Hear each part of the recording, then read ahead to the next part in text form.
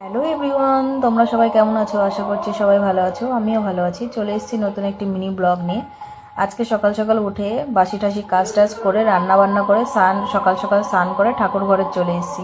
আজকে বৃহস্পতিবার, তাই যত বাসন আছে সব নিয়ে ঠাকুর ঘরটা মুছে বাসনগুলো নিয়ে মেজে নিচ্ছি, কারণ বৃহস্পতিবার আর আজকে একাদশীও আছে। দেখো আমার গাছে কত ফুল ফুটেছে, সব নিজের হাতে লাগানো ফুল। সব ফুল তুলে নিয়ে আমি মালা গেঁথে নিচ্ছি। যেহেতু আজকে একাদশী, তাই গোপালের জন্য মালা গেঁথে নিচ্ছি। তোমরা তো জানো আমার বাড়ি একটা গোপাল আছে, তাছাড়া আরেকটা গোপাল এসছে বেড়াতে, তাই দুটো গোপালের জন্যই আমি দুটো মালা গেঁথে নিচ্ছি। আর একাদশী, আজকের একাদশীটা শুনেছি ভালো আছে, তাই আমিও এই একাদশীটা করেছি। করে তারপরে এই যে আমি মালা গেঁথে নিচ্ছি। ঠাকুরের বাসনও সব রেডি করে নিয়েছি, আর গোপালকে আমি মালাগুলো পরিয়ে নেব।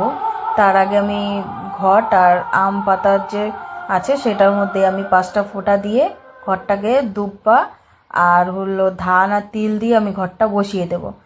আর পান পাতা কলা আমি সব কাঁসার কিনে নিয়েছি, সাথে বেলপাতাও। এবার আমি ঘরটাও বসিয়ে দিলাম দুব্বা দিয়ে, তারপর ঘরটা বসিয়ে দিলাম। তারপরে আমি শিবলিঙ্গকে আমি জল ফুল দিয়ে তারপরে আমি গোপালকে মালা গাইতে পূজা যে দিয়েছি মালাটাও পরিয়ে দিলাম।